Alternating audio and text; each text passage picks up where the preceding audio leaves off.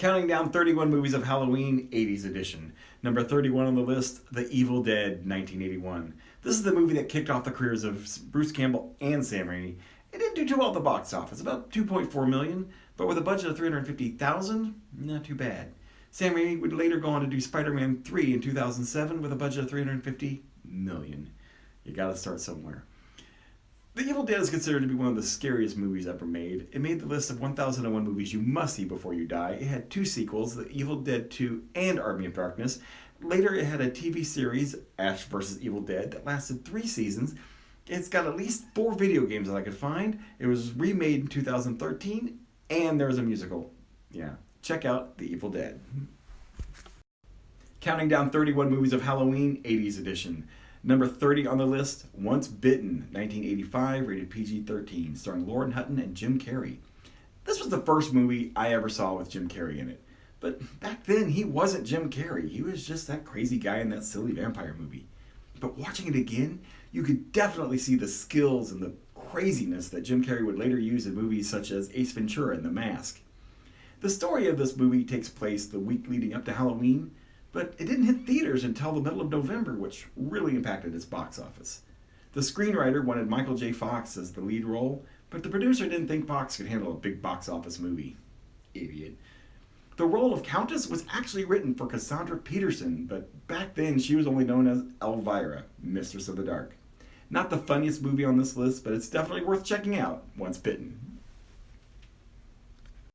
Counting down 31 movies of Halloween, 80's edition. Number 29 on the list, Silver Bullet, 1985, rated R. This movie stars Gary Busey and Corey Haim. Is it Corey Haim or Corey Haim? Anyway. Have you ever heard somebody say, judging a book by its cover? Well, apparently people do that with movies and movie posters, because the posters for this movie were pretty unimpressive. And it really hurt the box office. But the movie's got a good story and a good plot. It's based off a short story by Stephen King, so it's got that going for it. But then again, the werewolf special effects were pretty lame. And this came out after American Werewolf in London, and you know they'd seen that movie because some of the werewolf snarling sound effects were used in this movie. So how did this movie even get on the list? Oh right, I'd seen it a dozen times growing up. I think you should watch Silver Bullet.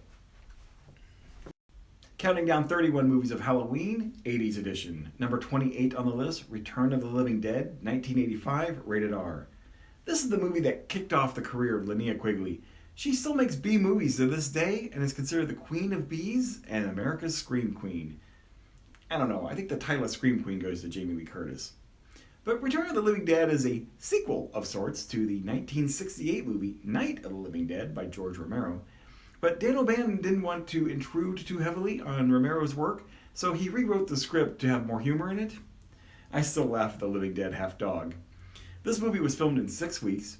It's one of the few undead movies to actually use the term zombie. The zombies talk, and there are 4 sequels. Check out Return of the Living Dead. Counting down 31 movies of Halloween, 80's edition. Number 27 on the list, Night of the Comet, 1984, rated PG-13. This movie stars Catherine Mary Stewart, Kelly Maroney, and Robert Beltran. In the opening sequence of this movie, it's suggested that the approaching comet is what wiped out the dinosaurs 65 million years ago. Spoiler alert much? The working title of this movie was Teenage Mutant Horror Comet Zombies. It's a mouthful. Joss Whedon has said that this was a great influence on his 1992 script, Buffy the Vampire Slayer. In some fun foreshadowing, just before we meet the character of Hector, played by Robert Beltran, Samantha, played by Kelly Maroney, says, "Beam me up, Scotty." Beltran would later go on to play Chakotay on Star Trek Voyager. This movie's got 2 very strong female leads in it, so today, whenever somebody says they want more strong female leads, they clearly haven't seen Night of the Comet. Counting down 31 movies of Halloween, 80's edition. Number 26 on the list, Children of the Corn, 1984, rated R, starring Peter Horton and Linda Hamilton. This movie came out 7 months before The Terminator, which also stars Linda Hamilton. And these 2 movie franchises suffer from a very similar condition. They've had so many sequels made that nobody seems to care anymore. Hey, did you know that the new Terminator movie starring Linda Hamilton comes out next month? Children of the Corn has had 9 sequel, prequel, reboots. The last one came out in 2018. I hadn't even heard of it. This movie is based off a short story by Stephen King, and it's a classic and simple story of 2 people wandering into a situation that they don't want to be a part of, and the corn hits the fan, if you know what I mean. In some fun trivia, the character of Isaac, who is a teenager, is actually played by John Franklin, who at the time was 24 years old. He later played in the Addams Family as Cousin It. Ooh, Stephen King reference? Check out Children of the Corn. Counting down 31 movies of Halloween, 80's edition. Number 25 on the list, Firestarter from 1984, rated R, starring Drew Barrymore, David Keith, and Martin Sheen. According to the Internet Movie Database, there's a story that a few years before filming began, Drew Barrymore's mother had seen a copy of Firestarter by Stephen King and picked it up because the girl on the cover looked like Drew. And Drew started going around saying that she was the Firestarter. Drew Barrymore got the role of Charlie just 2 years after being in E.T., the Extraterrestrial from 1982. Also considered for the role was Heather O'Rourke, who had been in Poltergeist, also in 1982.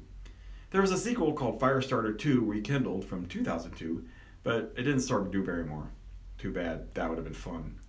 Now, when you watch this movie, keep in mind that this was before CGI, so all of the special effects are done on set using real fire. Check out the Firestarter. Counting down 31 movies of Halloween, 80's edition. Number 24 on the list, The Serpent and the Rainbow, 1988, rated R, starring Bill Pullman. You mean that guy that played Lone Star in Spaceballs? Yep, that's the guy.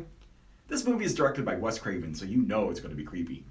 It's the story of a scientist who gets sent to Haiti by a drug company to find a potion that turns people into zombies, for research purposes. What the potion really does is it lowers a person's vital signs to below detectable limits, yet leaves them totally alive and totally aware of what's going on around them. Imagine the psychological trauma of somebody having died, unable to move or respond, just to be buried alive and then dug up later. It's no wonder the zombies are messed up. The scariest part of all, this movie is loosely based off a true story. If you like science, zombies, magic, voodoo, you're going to love Serpent the Rainbow. Counting down 31 movies of Halloween, 80's edition. Number 23, The Thing from 1982, rated R, starring Kurt Russell. This was a remake of the 1951 movie The Thing from Another World.